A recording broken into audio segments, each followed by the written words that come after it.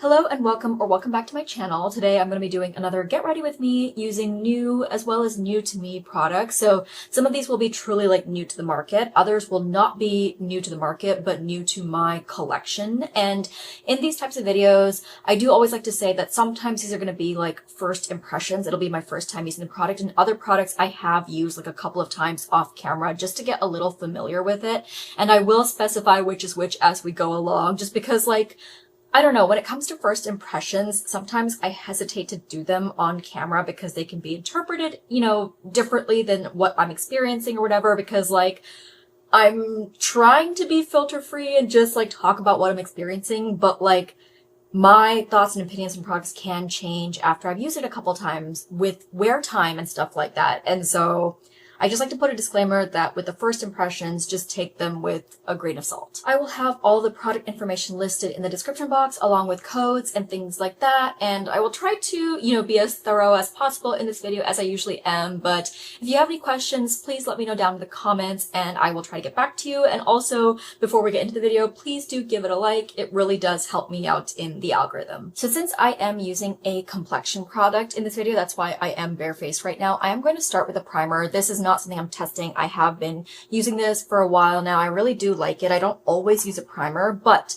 the complexion product that I am using today, I have used once or twice already, but both of those times, no, it was twice already, but both of those times were without primer. And this time I am wearing my makeup for quite a few hours for the rest of the day. And so I do want to make sure that there is good longevity. And the last couple times I wore the foundation, I think I wore it for about like 4 to 5 hours, which is about like as comfortable as as long as I am comfortable wearing something without a primer, because like the longevity doesn't really matter as much. So yeah, but I found in my time using the Kulfi primer that it does give me like a nice smooth base for my foundation product to go on really like nicely and evenly.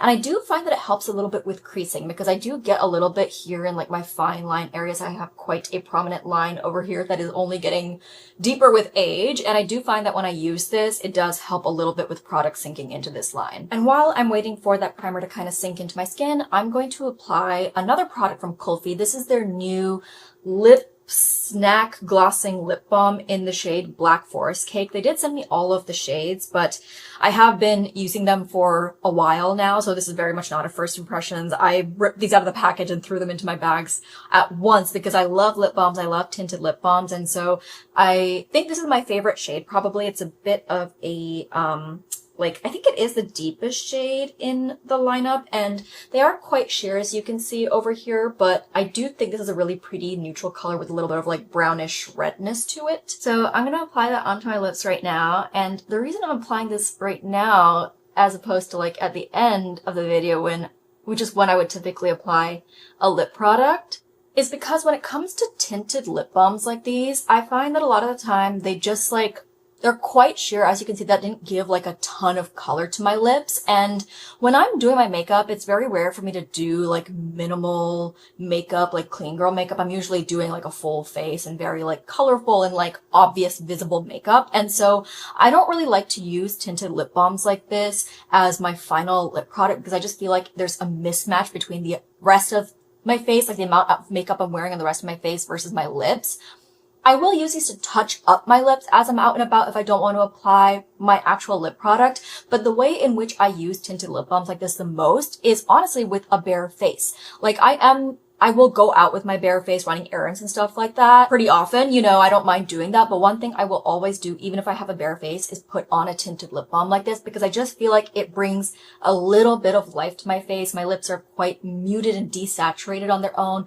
They're not the most full. And so I feel like having a little bit of like a glossy sheer tint on the lips just brings enough life to my face that I feel like confident and happy in my own skin. I do find that this lip balm gives me that perfect level of tint where it just brings a little bit of that color to my lips, and they are very moisturizing, not sticky at all. They're very like middle of the road when it comes to like the thickness and slippiness. They're not super thick like the Naturium ones, but they're not super thin and slippy like I'm trying to think of one of the like the Moira ones were extremely thin and slippy and like runny almost. These are in between those two, I would say, and they're not like they don't feel oily on the lips either, but they don't have like a ton of like grip to them either. So they last like a decent amount of time, but they will obviously fade pretty quickly because it is a lip balm at the end of the day. The other thing I want to mention is that each of the shades has a matching scent. So this is a like Black Forest cake scent, which if you're not familiar with what that is, it's actually a very popular cake in India, which I think is great because this is a South Asian founded brand and a lot of their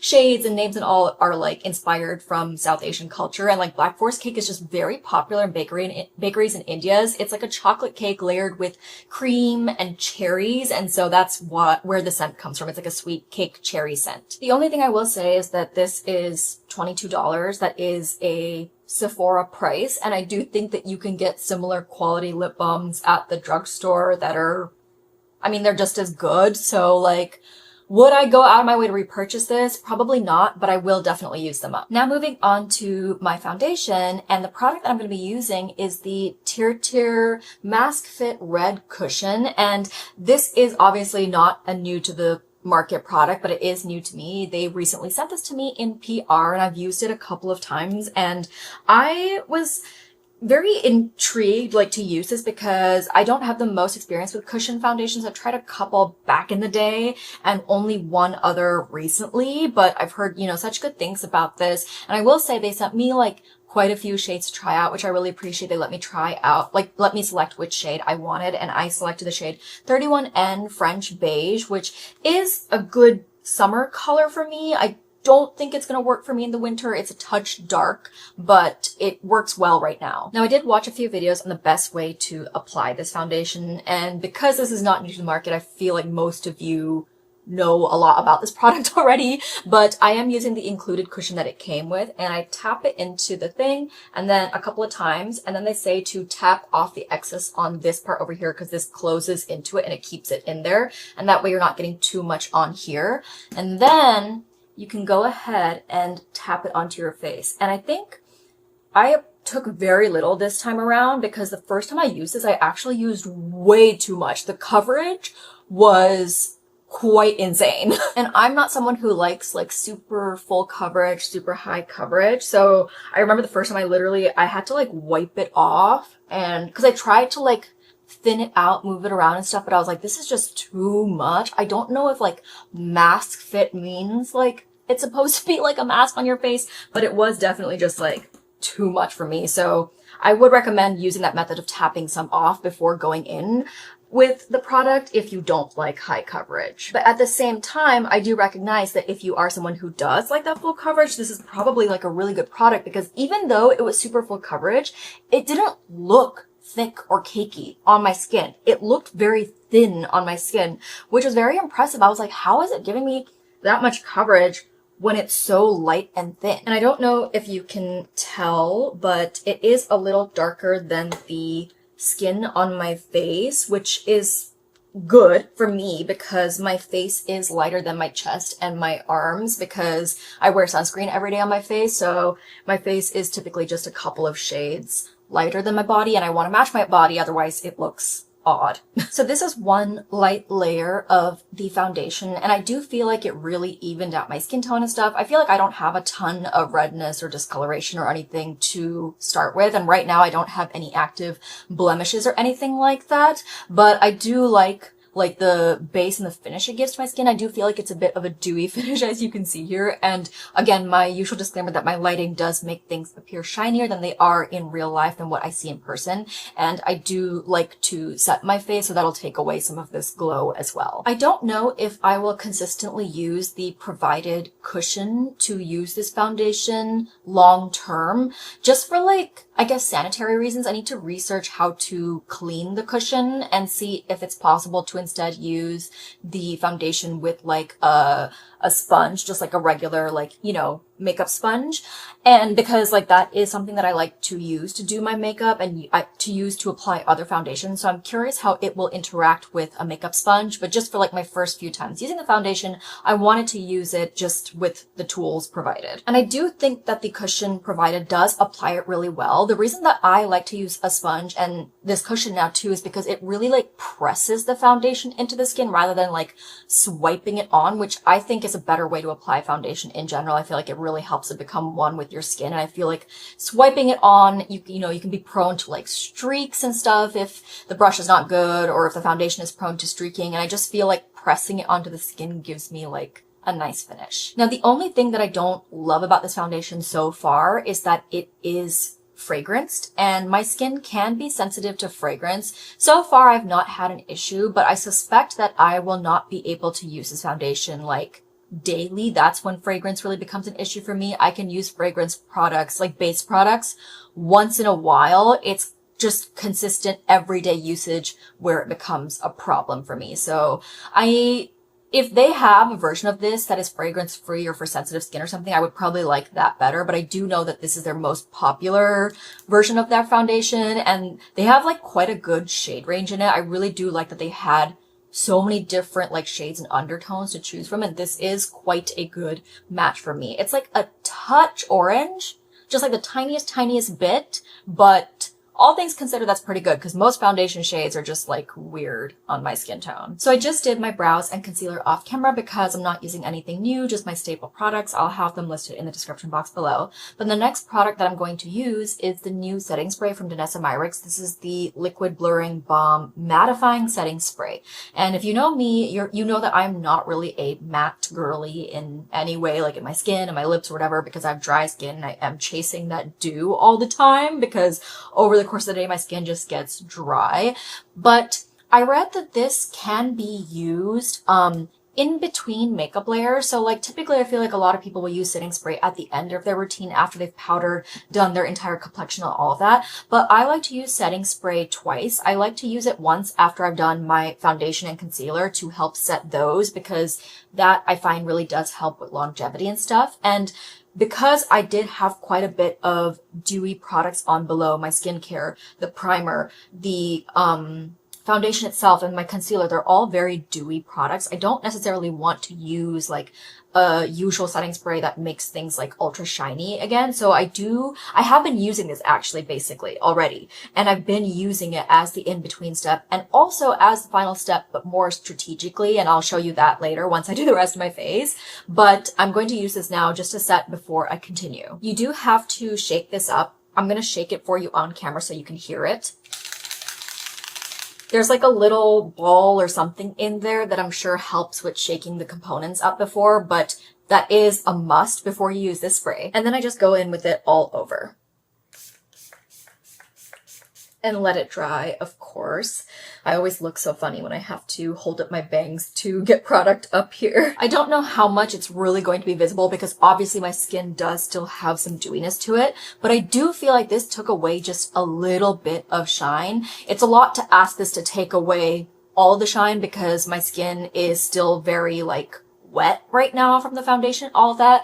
Once I set it with powder and all of that, when I use it as the final step, I think it will be more obvious because that is traditionally how most people use the setting spray. I just wanted to show you what I've been doing with this because I do find that using it this way, again, helps me with the creasing that I have over here in my fine lines area.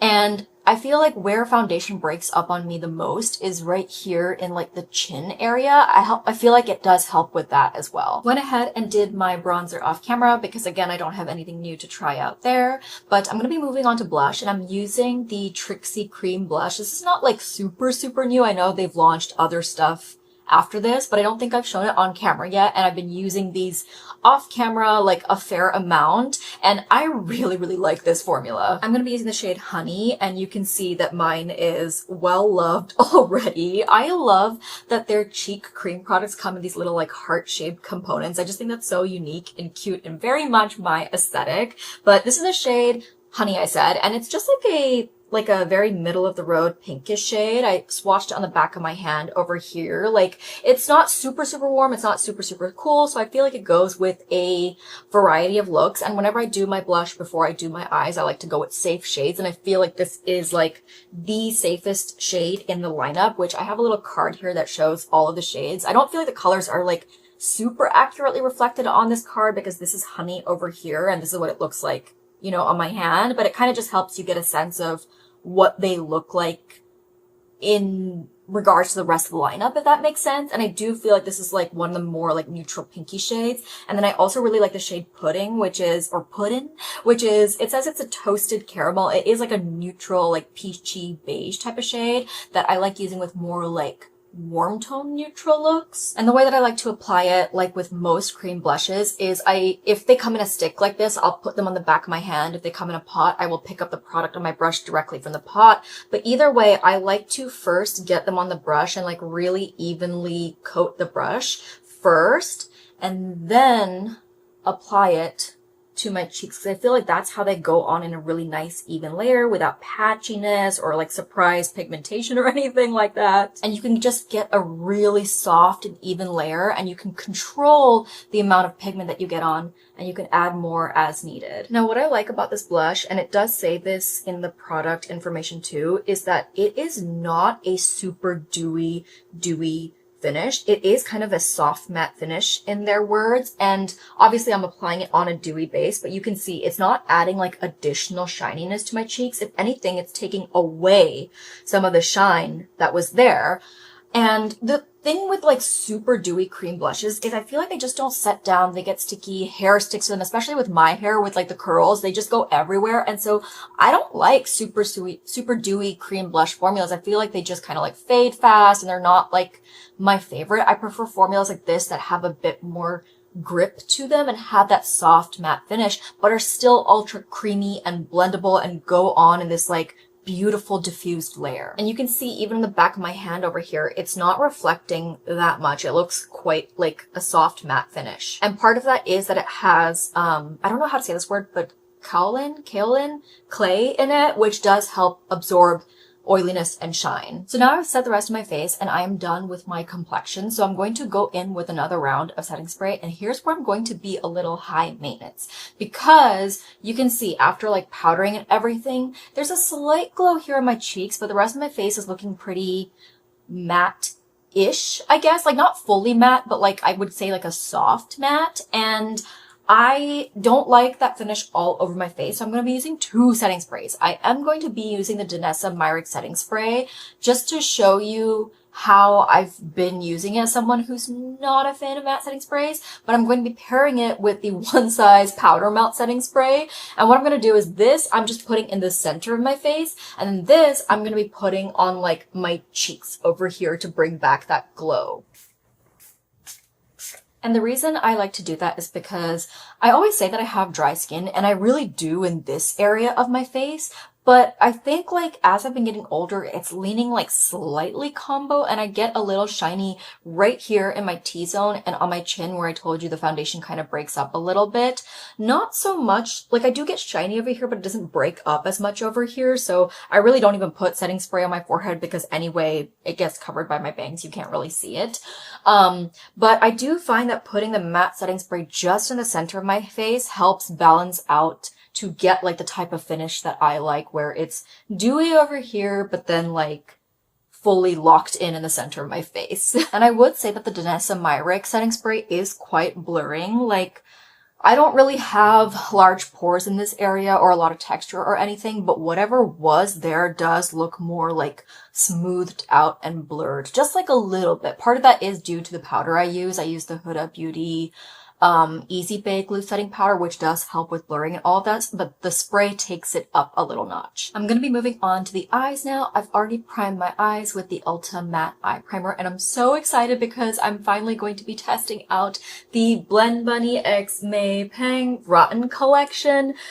I am so excited for this. I have been a fan of Mei for such a long time. Her artistry, creativity, her talent, it's just off the charts, and her with Blend Bunny is a match made in heaven. It makes so much sense. I love that they're just like mutual fans of each other, and they created such a beautiful and inspiring palette. I love the theming of everything, that it's inspired by mold and decay, and these tones are like, this color story is so inspiring to me. You could take it in so many different directions. I love that it's all matte, because I do, for my personal preferences, much prefer Blend Bunny's matte formula to their shimmer formula, even though they have improved it over the years. And I will be using the Efflorescence all shimmer palette as well.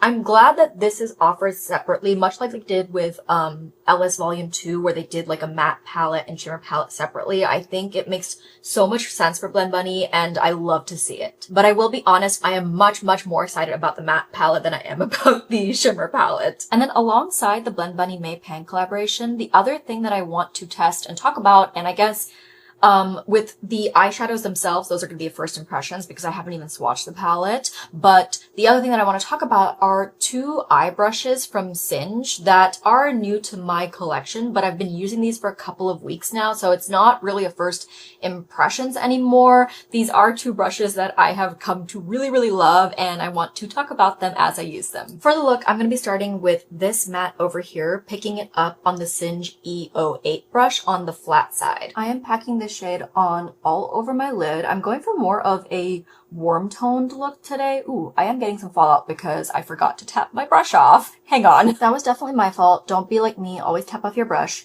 But I said that I was going for more of a warm toned look because one, I feel like I've been doing just a lot of cool toned looks lately, but also I know that not everyone is a cool tone lover. A lot of people do love warm toned, and I love both. So I just wanted to go back to like my warm toned roots. And you can see that color built up so beautifully. That was one dip in the pan. And granted, I did forget to tap off my brush, so it did go on with quite a bit of pigment. But I do want to say that this brush I've been loving so much. It's such a unique shape. It feels kind of like a hybrid between like a big fluffy shader brush and kind of your traditional type of a tapered blending brush like this. This is the brush 1 from Refer. So they both are like more flat on one side and tapered at this end, but you can see that this brush, it almost like splays out a little bit and then comes to a bit of a point, unlike the one from Refer. And this is just such a unique shape. I usually like to use brushes like this to blend in my crease, like put down a transition shade, if you will, in the crease. But I've been using this to kind of replace that lately. It works really well to blend in the crease, which I haven't done yet. But this brush also works well on the flat side to pack stuff onto the lid. And I do this technique a lot where, spoiler alert, I'm going to be layering a shimmer on top of this matte, and I find that this brush works really well for that technique to apply a shade all over my lid and then blend it out. And the brush itself is super soft, and I find that the Singe brushes that I got this in PR, by the way. I got a bunch of Singe brushes in PR at Creators and Friends, and I've been using them, both face brushes and eye brushes. And of the eye brushes, this one and the other one that I'm going to talk about are my absolute favorites that I've tried so far, but I have not tried their original blending brush set. I do want to pick that up at some point, but they weren't offered at the event. But I have been trying their face brushes as well, and all the ones I've tried, the bristles are super soft, and they have quite a bit of give to them. Like not all the brushes, some of them are denser, but the ones that are a bit more sparse and for blending have such a lovely give to them that makes blending so easy. Now I'm using the Singe E11, which is this really tiny pointed pencil brush with the same reddish maroon shade on my lower lash line, just here on the outer half. This is a great brush for the lower lash line. I've been loving it, using it here, but again, spoiler alert, I'm going to be showing you how this is my new favorite brush for the inner corner, inner swoop area as well. I love this over there. I wiped off the E08, and now I'm going to pick up this shade over here on the tip of the brush. This time I did make sure to tap off the brush, and I'm going to use this shade to blend out that reddish shade, focusing the pigment over here first on the outer part of my lid, and then slowly bringing it inwards, but not too much. Since I've already done the other eye, I can tell you that the formula of these shadows is on par with all the other Blend Bunny palettes I've tried. They make probably my favorite colorful matte formula. It is so pigmented, but so easy to blend. And I mean, you can see this eyeshadow is easy to blend, but also this brush makes it so easy too. They work together so well. And now I'm going back to E11 with that same burnt orange shade and bringing filling in the rest of the lower lash line over here and blending out the outer edge over here. And for the final step, I'm picking up this mustardy shade over here on a different brush. This is the Refer 15, which I did also get at Creators and Friends, but this is a brush that I already own, that I've purchased already, and I know that I like. With this shade, I'm taking it in the inner portion of the crease where I didn't put that much down, and then blending around the edges of the orange. And you're not really going to be able to see this much, like visibly, partially because I did not pick up a ton of it, but also because these types of shades just melt right into my skin tone. They don't usually show up that much, and I'm just using it to like soften up the edges anyway. I'm very happy with this blend. It is a bit more on like the neutral side. I feel like tones like this just look very like part of my face, if that makes sense.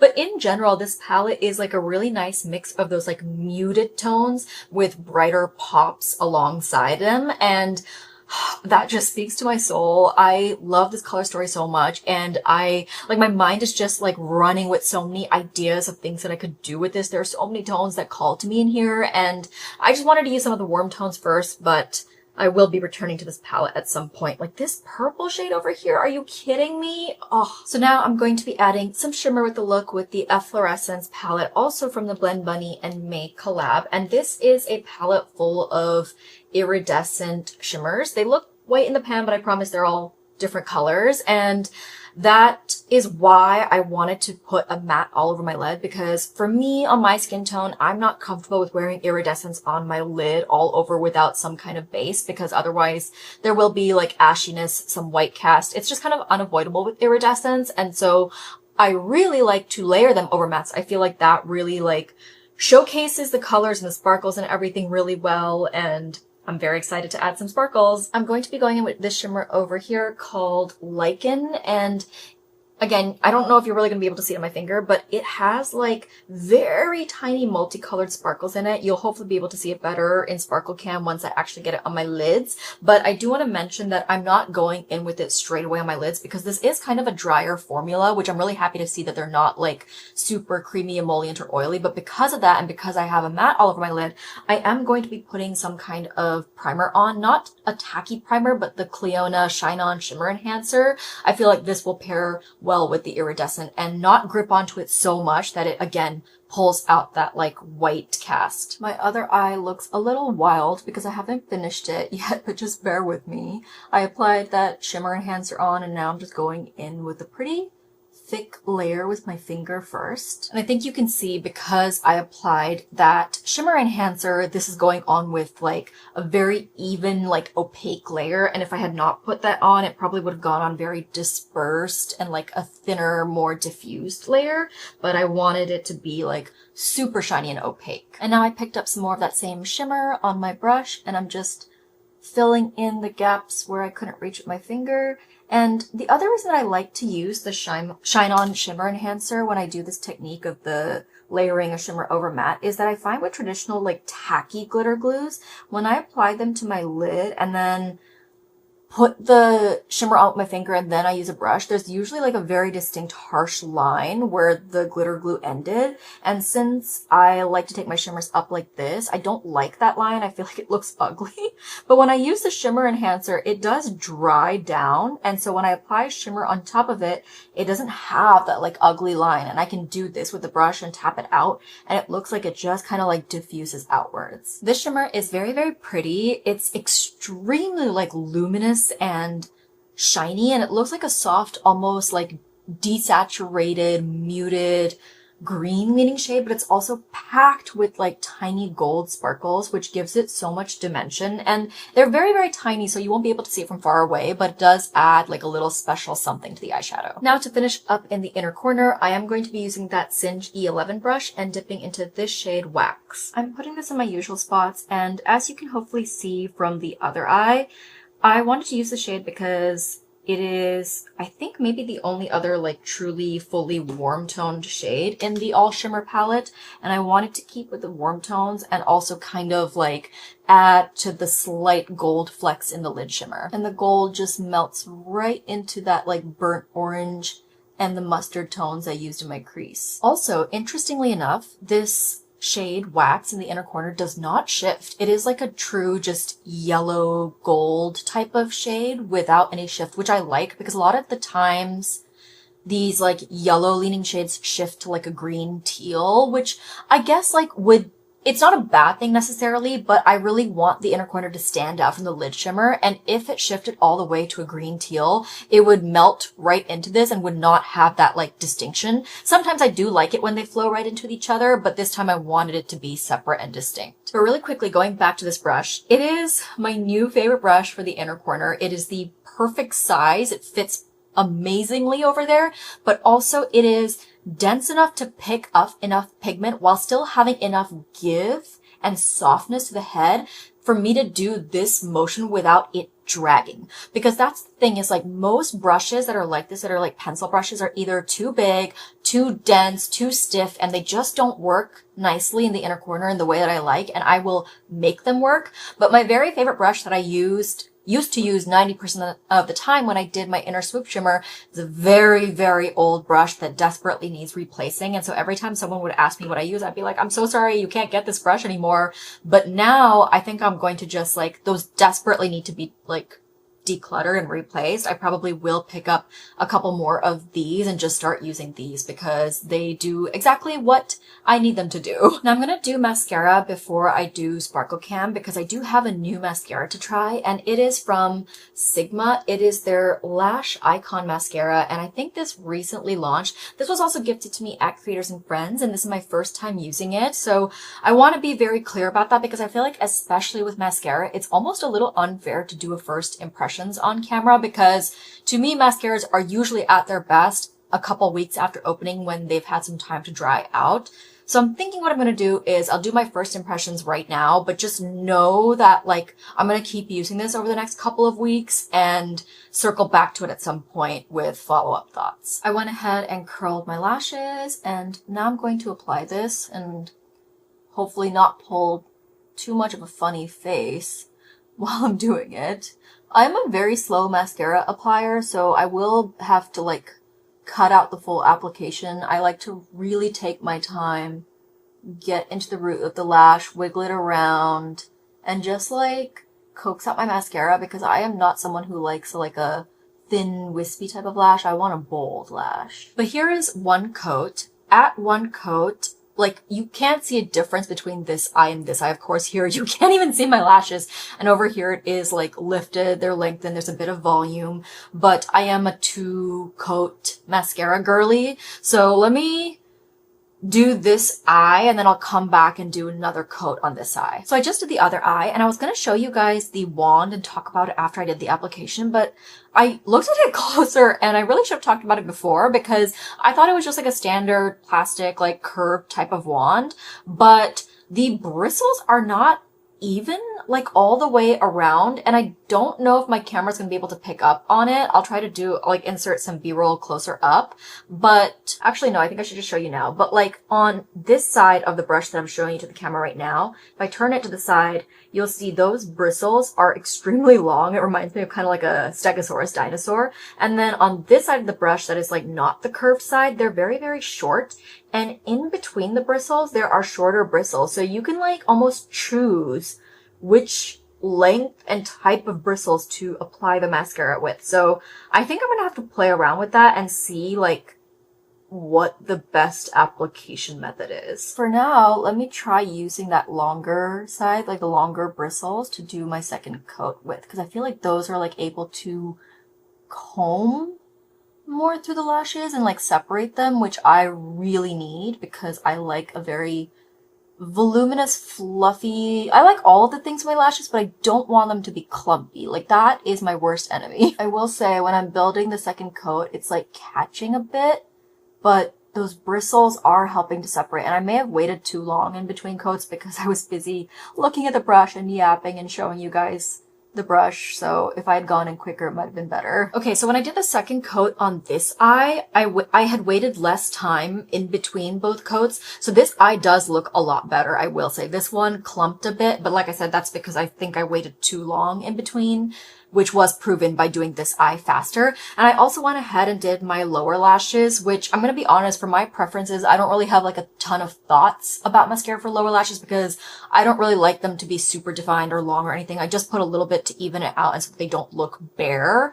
I just do like usually a really quick coating, and it doesn't really like matter to me much how mascara performs down there, especially because I'm not prone to flaking. Okay, I pulled up the product listing because I want to read out what this mascara is supposed to do, like what the claims are, because I feel like mascara is such a like personal thing. Like some people want length, some people want volume, people want different things. It's very much based on preference. I mean, like any makeup product, but it says that the Lash Icon Lengthening and Volumizing Tubing Mascara delivers instant length, bold volume, and ultra-precise separation in one swipe. Its innovative tubing formula wraps each lash in a lightweight, flexible tube for dramatic impact that won't clump, flake, or smudge. Designed for all-day wear, this is your mascara for go-to and eye-opening results that last. So obviously, I won't be able to test the wear right now. I am going to be wearing it for several hours, but like I said, don't typically have flaking issues. My lashes don't really fall throughout the course of the day, so I'm just like not the best person to test that because it's going to be positive no matter what. But I do agree with the claims of it being lifting and separating, especially on this eye. Like I said, please don't take the results on this eye as a mark of how it's supposed to perform because I just waited too long. It is like a little clumped together, but that's my own fault. And on this eye, I really like what it looks like. It is like I would say like a softer lash, and that could be because this is a brand new mascara. I'm willing to bet that after a couple of weeks of drying out, it will give me results closer to what I like, which is a bolder lash without that clumping. I do like the wand though. I think that the curve and the bristles really do help with that like separation that they claim. Like I do think that these bristles are really well made for it. It's a plastic wand, so I like to like really get in there and like lift and just go through many times, but it can be a little irritating on the eyes to do that. And I find that with a plastic wand, that's even more so because it just is like a harder material. So just be aware of that. The last product that I'm going to be trying on is the Blue Tears Lip Glaze, which is the final product in the Blend Bunny and Mei Pang collaboration.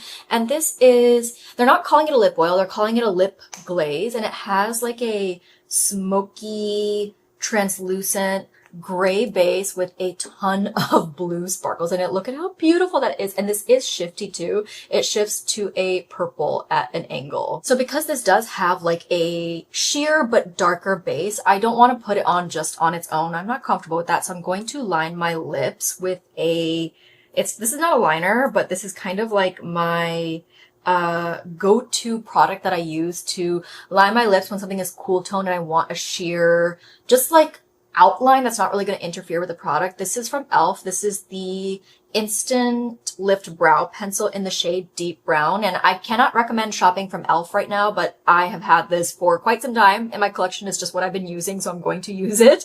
But yeah, I can't recommend shopping from e.l.f. right now. So as you can see, I just did like a soft line on the perimeter. I'm not blending it in or anything like that. I just want to give my lips some definition because with a shade like this, I think on my like slightly uneven lips, it'll just look messy if I don't have a lip liner on. The applicator on this is a pretty big doe foot. I'm not sure if this is like it feels like the same component as the lip oils from the Jordan Liberty sub collection. I can't remember what they're calling it exactly, but you know, like the separate line, it feels like the same component. So if you're familiar with that, the doe foot is the same, I think. So I'm just gonna do, oh my god, one layer of this.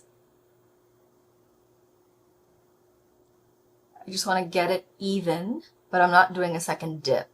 So that is one layer. As you can see, it did add this like beautiful smokiness to my lips, which is being obviously like amplified a little bit by that lip line. But that's what I mean by like, if I did not have the lip liner on, I feel like this would just look like messy and not intentional. And I think this is so pretty because the sheer base means that it's going to work on so many different people, but it's also because it's like slightly smoky and gray, it really like shows off those sparkles. Like they are very clearly visible. I feel like in some sparkly lip products, the sparkles are only visible up close, which can be a desirable effect. But I think for this, where the inspiration is based off of bioluminescence, I always say my words, or I sometimes say my words funny, but that phenomenon, it's based off of that. So I feel like because of that, it makes sense that the sparkles need to be visible. It feels very comfortable on the lips. It's not as thin as a lip oil for sure. I feel like it has a bit more grip to it.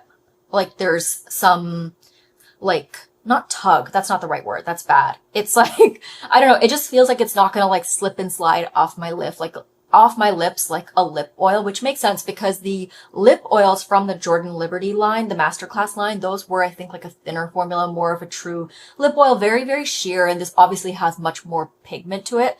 So I guess it makes sense that they're calling it a lip glaze. It feels like a different formula than those lip oils, but it's still very, very glossy and not sticky at all, just because it has a bit more substance to the formula, a bit more grip and like almost thickness, which is not in a bad way. It doesn't mean that it's sticky. It just means like I feel like it's going to last a little bit longer than a lip oil, and it's still very comfortable and moisturizing, and I can't feel the shimmer particles at all. I also can't really smell anything. If there is a scent, it's very, very faint. But I'm gonna go ahead and do another layer just to see how, like, not opaque, because this is a sheer product, you're not going to be able to get opaque, but like, you know, how strong I can get the pigment. So that's 2 layers, and now I feel like it kind of matches the liner that I put on. Now it doesn't look so much like separate from it, and that could be because I kind of like meshed my lips together a bit like this, and obviously this is a brow pencil, not a lip liner, so it's not formulated to last, which is also why I like to use it with sheer lip products, because then it just kind of becomes a part of it while still giving me that like